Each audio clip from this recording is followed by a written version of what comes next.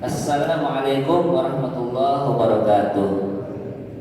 Alhamdulillah, Allahumma salli wa sallim ala sayyidina Muhammadin miftahi wa rahmatillah adada ma fi ilmillah salatan wa salaman daimin bidawami mulkillah wa ala alihi wa sahbihi wa ala amma ba'd.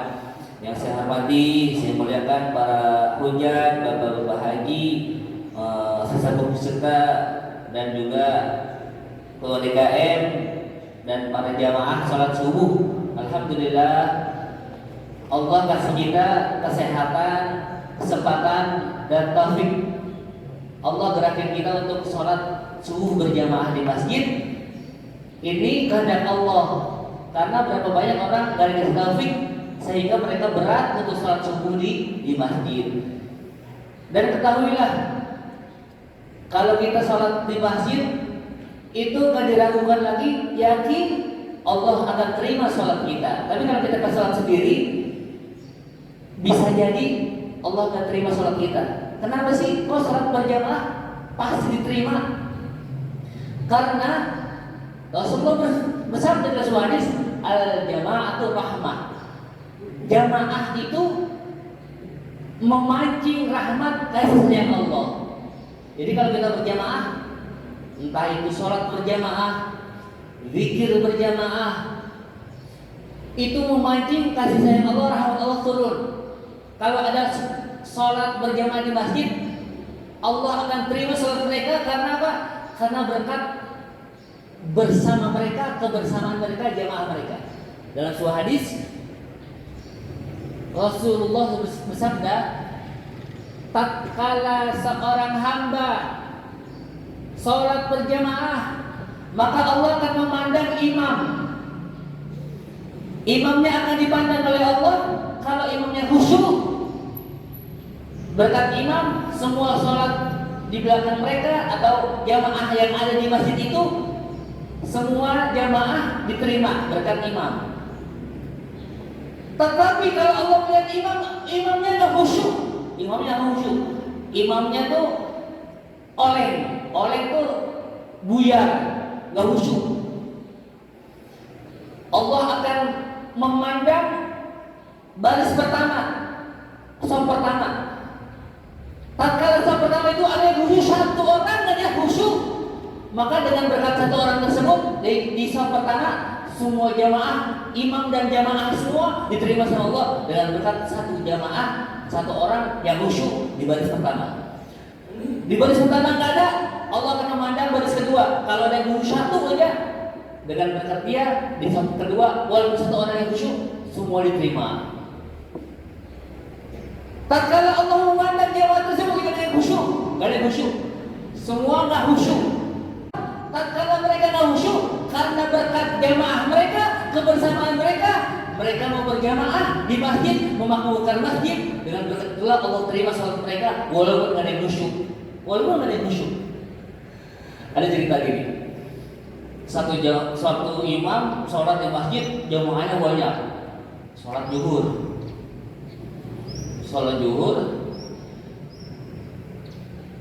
baru 3 rakaat ketiga, imamnya nggak khusyuk nih, imamnya kemana-mana.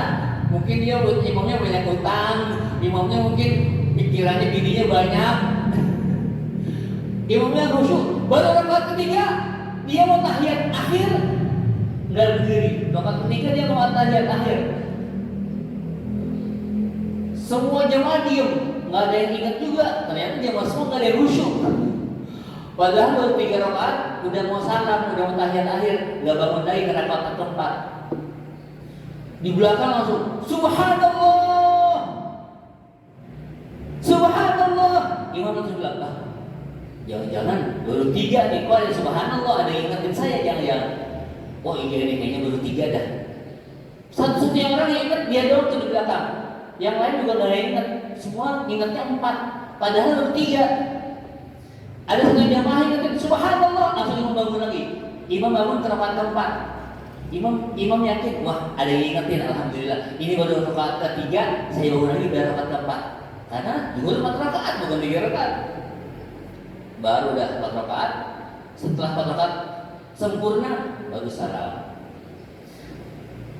Imam langsung bilang gini, Setelah zikir selesai, alhamdulillah, maaf ya, tadi saya lupa. Kirain saya sudah 4, ternyata baru 3. Tadi siapa yang ingetin ya? Kok yang jamaah yang lain gak ada yang ingetin? Jamaah di belakang lah. Saya Pak Ustadz. Pak Ustadz tadi rakaatnya baru 3 kok mau salam.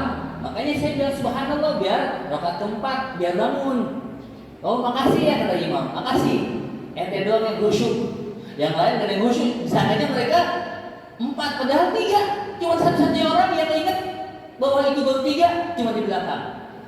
Alhamdulillah, ternyata ada yang khusyuk, ada yang konsentrasi, ada yang fokus. Kata ini orang yang ingetin, Pak Ustadz, saya itu sebenarnya bukan khusyuk. Saya tuh sebenarnya mau saya ingat rakaat ketiga karena sholat saya itu setiap rakaat saya mikirin saya punya toko atau warung. Setiap satu rakaat saya mikirin warung saya bahan-bahan apa yang kurang. Wah itu toko saya pertama saya pikirin di rakaat pertama. Rakaat kedua saya pikir lagi barang-barang apa yang kurang di warung saya yang kedua. Ternyata ini punya warung 4. Rakaat ketiga saya pikirin tuh selama satu rakaat ketiga warung saya apa aja yang kurang. Pas saya baru warung ketiga, kok Pak Ustadz udah mau salam ini. Wah ini kurang nih. Ini warung keempat saya belum saya pikirin. Pak Ustadz, itulah sebab saya ingat rakaat Pak Ustadz baru 3 karena baru 3 warung yang saya pikirin. Warung saya keempat belum saya pikirin, kok Pak Ustadz udah mau salam. Wah, ternyata ente lebih khusyuk lagi. Ternyata ente lebih khusyuk lagi. Sholat pikirin warung, pikirin toko, warungnya tak ada 4 ternyata. Qala Rasulullah sallallahu alaihi wasallam, khairukum man ta'allama al-Qur'an wa 'allamah. Pendek hadisnya. Rawahul Bukhari. Sebaik-baik kalian berarti berapa? Sebaik-baik kalian di sisi Allah. Khairukum man ta'allama al-Qur'an wa 'allamah. Pendek hadisnya. Rawahul Bukhari. Sebaik-baik kalian berarti berapa? Sebaik-baik kalian di sisi Allah. Kemudian ada lagi hadis tentang seorang ayah yang ngajarin anaknya Al-Quran. Man 'allama ibnahu al-Quran ghufira lahu ma taqaddama min dhanbihi wa ma ta'akhkhar. Siapa orang yang ngajarin Quran kepada anaknya, maka Allah akan mengampuni dosa-dosanya orang tua tersebut, dosa yang akan datang atau dosa yang akan lalu. Dosa yang telah lalu Allah hapus semua dosa-dosanya dengan berkat kita ngajarin anak kita Al-Quran. Dalam sebuah hadis, ma min rajulin yu'allimu waladahu al-Qur'an fi dunya illa tuwija abuhu yaumal qiyamah bitajin fil jannah. Jika ada orang tua ngajarin Al-Quran kepada anaknya, minimal walaupun huruf hijaiyah, alif batasa atau minimal surat Al-Fatihah atau Iqra, maka orang tersebut yang mana ngajarin anaknya, maka orang tua tersebut akan diberikan mahkota yang indah, yang lebih indah dan lebih terang cahayanya dari matahari, sehingga orang-orang tuh kagum melihatnya. Kita dari kiamat akan diberi cahaya oleh Allah seperti mahkota yang indah, dan Allah akan menyuruh kita, anak kita pun akan membawa kita masuk ke surganya Allah dengan berkat kita ngajarin anak kita Al-Quran. Saya nggak bisa ngajarin anak saya Al-Quran, boro-boro baca Quran. Saya nggak bisa ngajarin. Oh, ada caranya. Kirim anak ke pondok, kirim anak ke guru, ke ustadz. Itu salah satu cara agar kita dapat pahala dan dapat ampunan. Ada seorang ayah meninggal dunia, ternyata dianggap disisa dalam kuburnya. Itu ayah ternyata banyak maksiat, banyak dosa. Ya udah pantas dah pokoknya disisa sama Allah, diadab. Maka tatkala 7 tahun kemudian disiksa, diadab, diganti sama Allah dengan berkat dia ninggalin istri yang lagi hamil. Ini ayah meninggal, tapi istrinya lagi hamil. Ternyata ini ayahnya disiksa, diadab. Istrinya yang lagi hamil 7 tahun kemudian punya anak udah gede, dia ajarin Bismillahirrahmanirrahim. Ternyata Allah mengangkat azab dan siksa dari orang tua yang anaknya diajarin Bismillahirrahmanirrahim. Maka para malaikat mengatakan, wahai fulan, sesungguhnya engkau beruntung karena engkau punya anak dan ibunya mengantarkan anakmu datang ke ustaz, mengajarkan ustaz tersebut kalimat Bismillahirrahmanirrahim. Belum Quran nih, baru Bismillahirrahmanirrahim, belum baca Quran, belum, cuma diajarin Bismillah.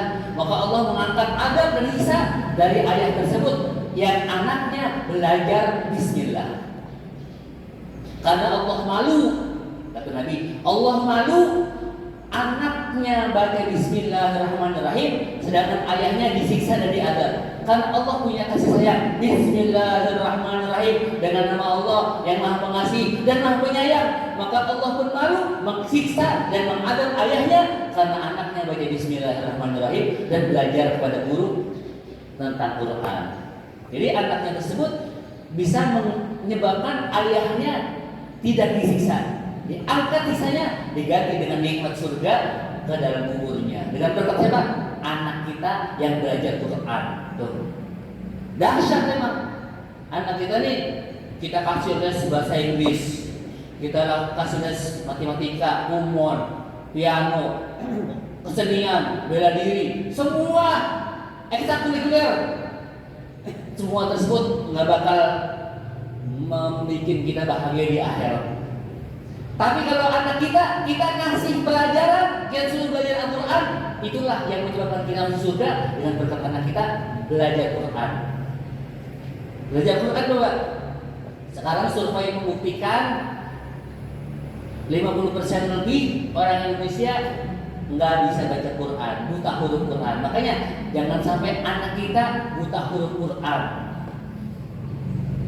Kalau buta huruf Quran, kita yang dianggap di kisah kita nih, kita ahli ibadah, tiap hari sholat di masjid, tiap hari ngaji, tiap hari baca Quran, tiap hari sedekah. Anak kita nggak ajarin Quran, bahkan kita nggak didik dan kita nggak suruh belajar Quran, kita nggak suruh ngaji, kita yang disiksa Pak.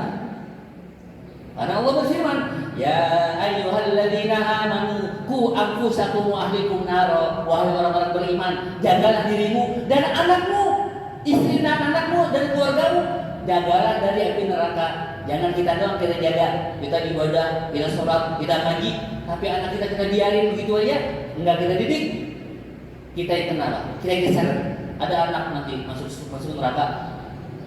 Pas masuk neraka, protes, ya Allah, saya enggak ikhlas, saya enggak redho, saya enggak terima.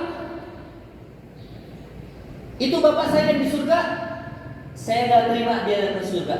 Kifhatul zalim, berhentiin dia, jangan sampai dia masuk surga, aku akan menuntut dia. Ternyata pas ditanya, emang kenapa?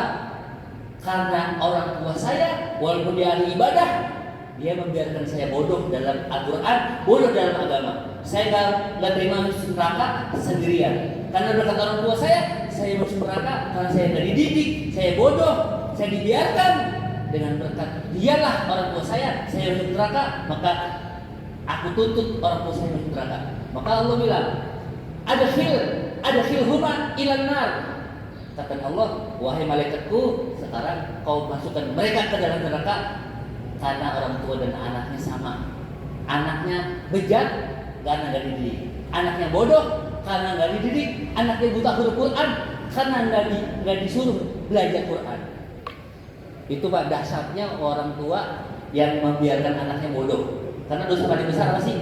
Dosa paling besar kata Nabi, dosa terbesar seorang hamba, la yalqallaha ahadun yaumal qiyamati bidambihi illa bijahalati ahli. Tidaklah seorang hamba nanti bertemu dengan Allah membawa dosa paling besar, melainkan dosa terbesar adalah membiarkan anaknya bodoh dalam agama, bodoh dalam Quran, bodoh dalam syariat, nggak ngerti apa-apa, nggak kenal Nabi Muhammad, nggak bisa baca Quran, nggak ngerti syariat, nggak ngerti agama, nggak ngerti sholat. Pokoknya berantakan tuh anak dari orang tuanya, membiarkannya, tidak mendidiknya. dan tidak mengajarkan Quran dan syariat, tidak mengajarkan agama. Itu Pak dosa paling besar Pak. Jadi minimal kalau kita nggak bisa ngajarin anak, kita suruh anak ngaji, kita mondokin lah, atau kita pesantrenin, atau kita support, kita suruh, kita perintah untuk belajar ke guru agama yang benar. Yang kita biarin aja Pak, main game, main HP, main internet. Ntar lama-lama tuh udah nggak ngerti apa-apa, ngertinya HP doang. Boro-boro kita suruh baca Quran, suruh sholat yang benar, suruh ngaji. Sekarang Pak, anak sekarang tuh Pak, kalau nggak kita mondokin, ya HP udah. Kita nggak mondokin nih, kita nggak bisa pesantren dari kecil ya. Sekarang kan udah HP nih. Itu anak kecil udah bener-bener kecanduan HP. Kalau kita nggak mondokin, udah hancur tuh anak gara-gara HP. Alhamdulillah dari itulah keutamaan orang yang belajar Quran dan mengajar Quran. Mudah-mudahan ada manfaatnya. Kurang lebih saya mohon maaf.